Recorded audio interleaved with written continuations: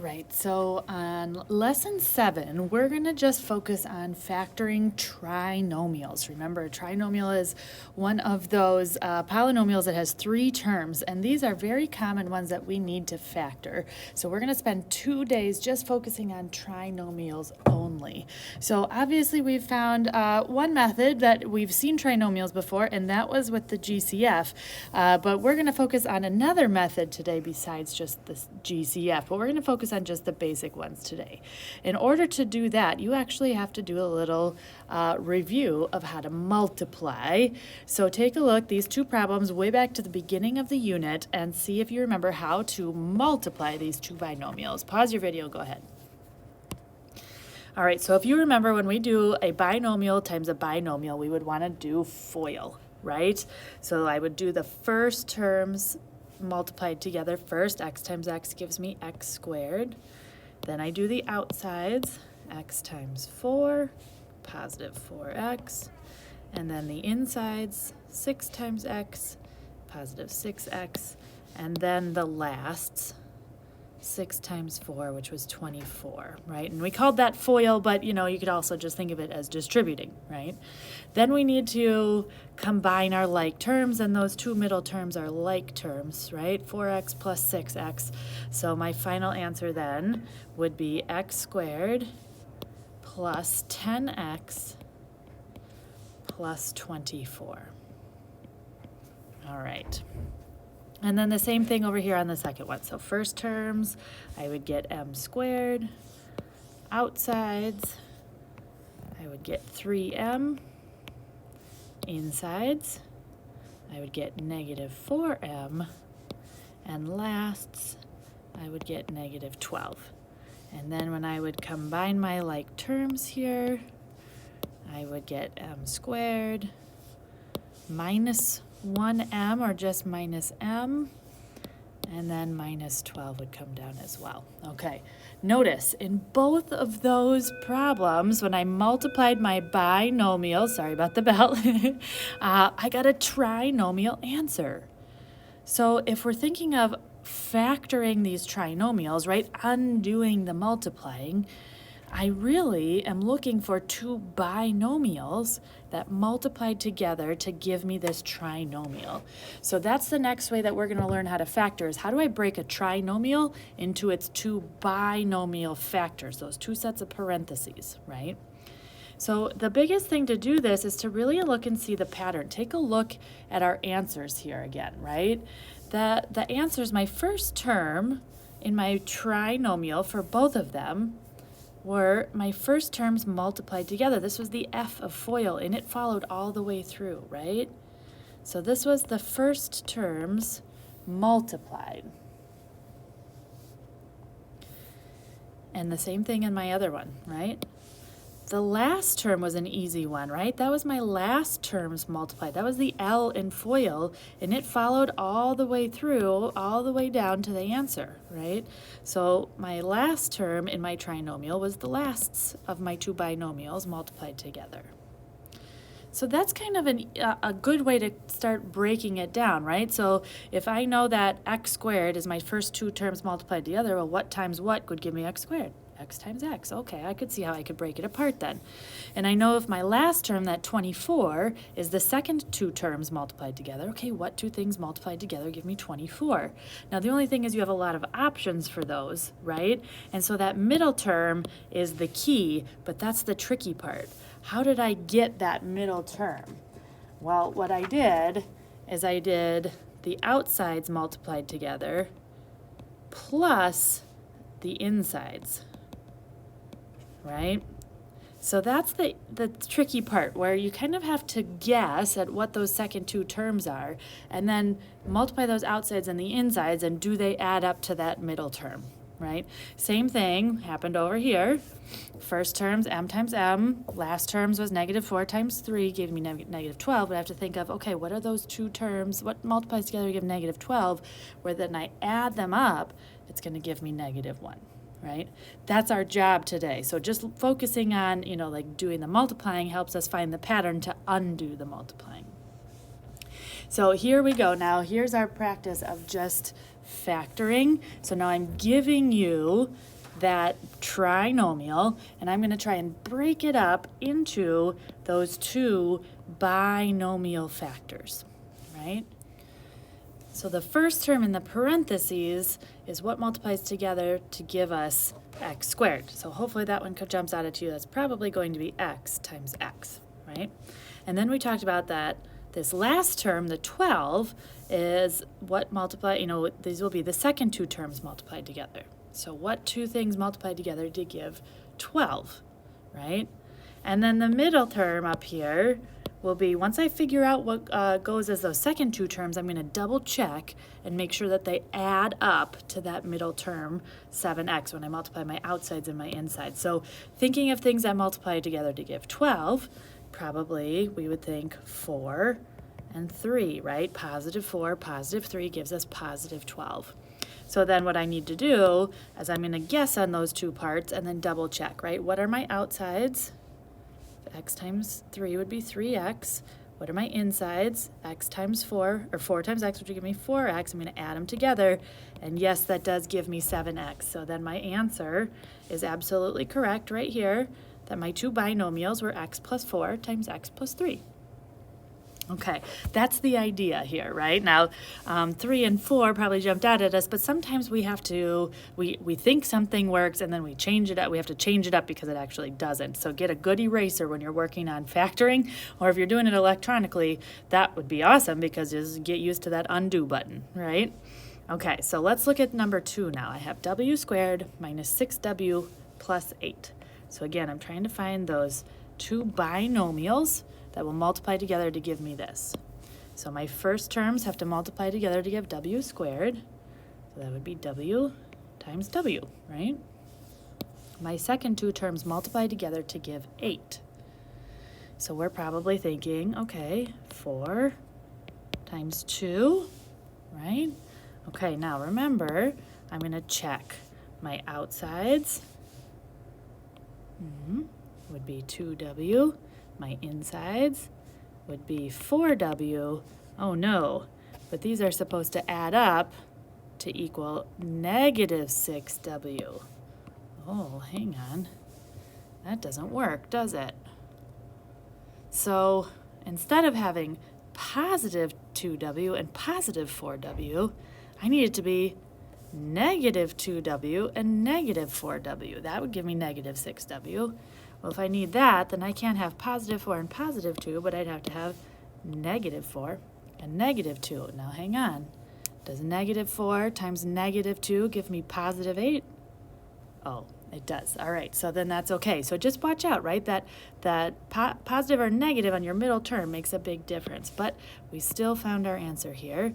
But you notice we didn't get it right the first time. We looked at what did we get? How could I tweak that and change it for it to work, and then I go backwards, right? That is how you do these. That is not doing them wrong. Nobody expects you to have every answer perfectly correct the first time you try. Every year we talk about factoring, we talk about get a good eraser because it is kind of a guess and check kind of thing. Okay? All right, so a couple more for you to try out here. M squared minus 17m plus 42. Getting some bigger numbers here, looking for those two binomials, right? Okay, so first terms would be m and m. Last terms, things that multiply together to give 42. Well, first thing I think of is 6 and 7, right? I know that I'm going to have to add up to negative 17m. Oh, negative 17. So I'm probably going to have to make sure that both of these are negative if I'm going to add up to a negative 17m, right? Okay, so let's double check then. If I do my firsts, I would get negative 7m. If I do my insides, if I do my outsides, I get negative 7m. I do my insides, I get negative 6m. Ooh, hang on. That would give me negative 13m. So that one's out. 6 and 7, that actually doesn't work. So then I have to come up with completely different factors. What other things multiply together to give me 42? So 6 and 7, no way. But I do know that they're probably both going to have to be negative, right? Ooh, what about 14 and 3? 14 times 3, 30, 42. Yeah, that gives me 42. Okay, now let's check. Outsides would be negative 3m. Insides would be negative 14m. Aha, that gives me negative 17m. There we go. So again, getting used to that idea of trying and changing is perfectly acceptable. Okay. All right, so how about this next one? C squared minus 16c minus 80. Get my two binomials ready here. Okay. So first term multiplies together to give c squared, so that's probably going to be c and c. My last term has to multiply together to give negative 80. Now, be careful on that one, right? Negative 80. That means I can't have both negatives or both positives. I have to have one negative and one positive. So let's think about what multiplies together to give 80. I don't know. Let's say 40 and 2. That's nowhere near 16, right? How about 20 and 4? Okay, 20 and 4, and I know that one of them has to be positive and one of them has to be negative to multiply together to give negative 80, right? So let's multiply and let's, see what we get here. Whoops, sorry. There we go. So my outsides would be negative 4c. My insides would be positive 20c. Negative 4 plus 20 gives me positive 16c. Ooh, but I want it to be negative 16c. So I have the right numbers, but I don't have the right negatives. If I want it to be a negative 16c, that means that my 20 would have to be negative and my 4 would have to be positive, right? So that means I need to change up my positives and negatives in here, negative 20, positive 4, so that they add up to negative 16c. There we go. So when that third term is negative, it does get a little bit trickier because you have to be really careful about which one is positive and which one is negative to make sure that it adds up to that middle term correctly. All right, couple more problems here for you. Number 5, I've got 2n squared minus 46n plus 120. What's different about this one than all the others? All the others, I didn't have a number in front of that x squared, w squared, m squared, c squared. Now I have 2n squared. Now the process doesn't change, but what if we take a look at this? I see that I have a GCF in this problem. 2n squared minus 46n plus 120. We could try to factor that out into our binomials, but if we take the GCF out, it's going to be so much easier. Take that GCF out first. So it has a GCF of 2. So what do I have left if I take out that GCF of 2? What I have left would be, let's see, n squared minus 23n plus 60. N squared minus 23n plus 60, that's an easier thing to factor into my parts, right? It's easier to do my guess and check with smaller numbers than those big ones, right? So now I'm going to keep my 2 out in the front, right? And now I'm going to set up my binomials and just look at that trinomial that's inside those red parentheses, right? All I have to do is bring this GCF down to the party, but now I'm back to factoring that guy just like I've been practicing.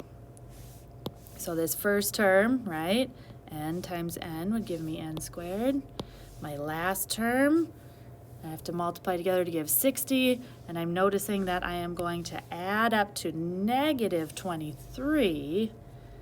So multiply together to give 60, add up to negative 23, must be negative 20 and negative 3. Do a little check. Let's see. Outsides would be negative 3n, insides would be negative 20n, You bet that adds up to negative 23n. There's my final answer. Don't forget to bring that GCF down. So, we're going to start you off easy. Just get the basics, find those binomials. If you have a number in front, see if there's a GCF, because if you take that GCF out, it's going to make your factoring much, much easier. Okay. So if you look at number 6, 3b to the third plus 24b squared minus 60b. Okay, I've got that number in front of my b to the third there. Oh my gosh, and b to the third. We've never done that.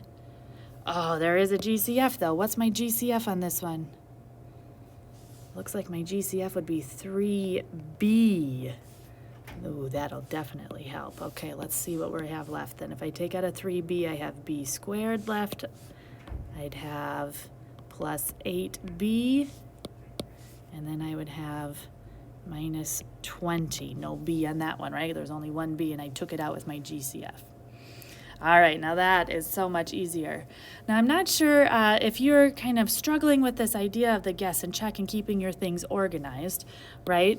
Like on our trinomial here. There are many, many, many methods to kind of organize your work and help you out. We gave you a couple examples yesterday with our extra credit. There was those factor boxes and the X puzzles, and you could do one of those methods to organize your work on this one.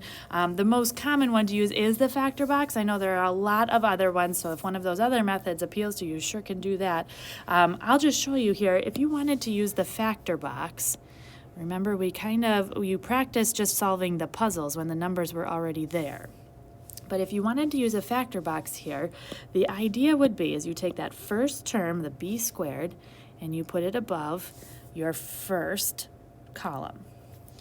You take your last term, your negative 20, and you put it above your second column, because those are the things I need to multiply together, right? Find the things that multiply to give b squared. Find the things that multiply to give negative 20, just like in your factor puzzle practice on your extra credit.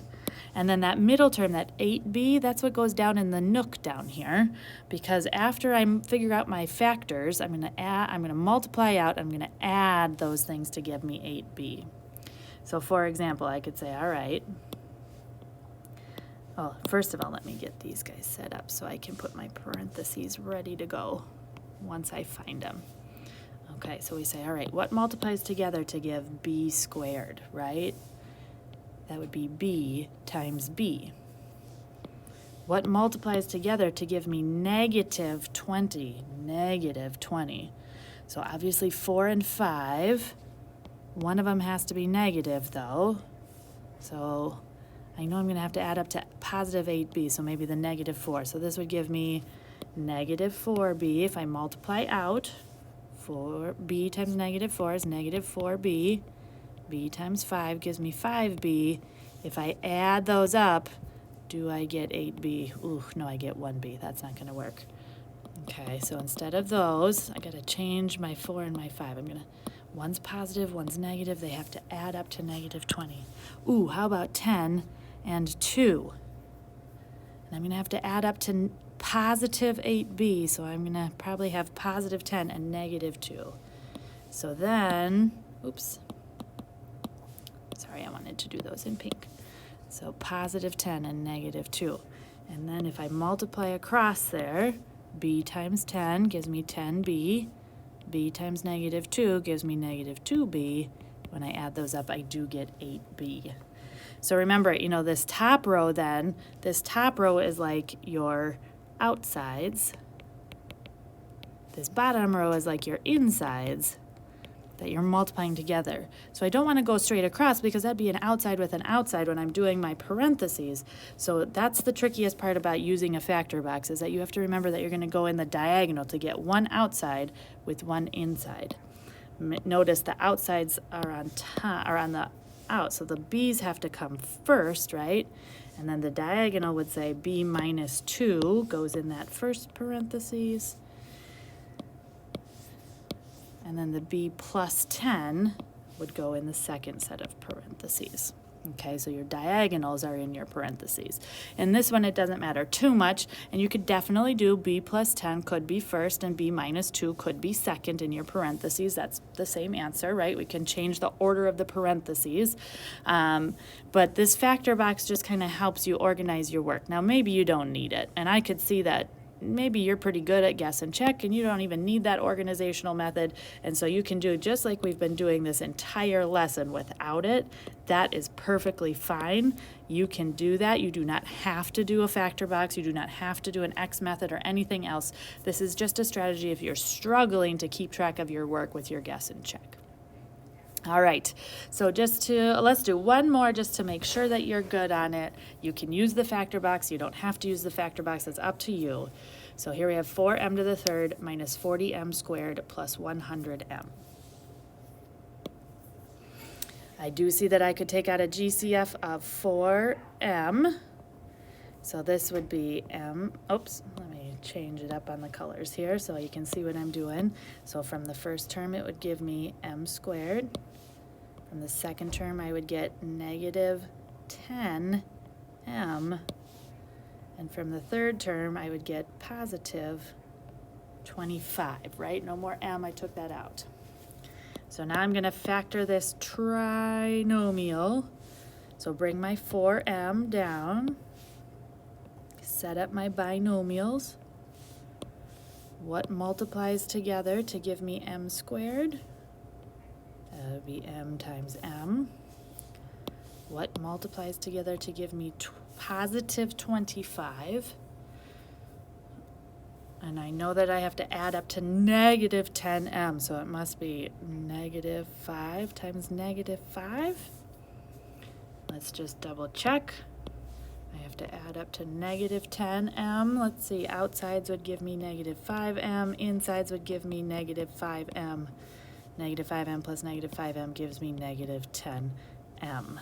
If you did set the factor box up for that, just to make sure that if you have questions on how to do that, remember that m squared would go above your first row, your 25 would go above your column, first column, second column, and that negative 10m would go down in the nook. Make sure you watch your negatives on those. That becomes pretty important.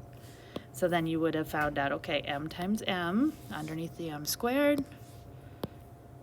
Hopefully, eventually, if not the very first time, you would find that negative 5 times negative 5 gives me positive 25.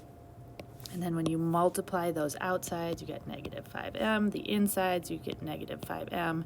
And yes, they do add up to the negative 10m. And then just remember, you have your diagonals. There's the first set of parentheses, m minus 5.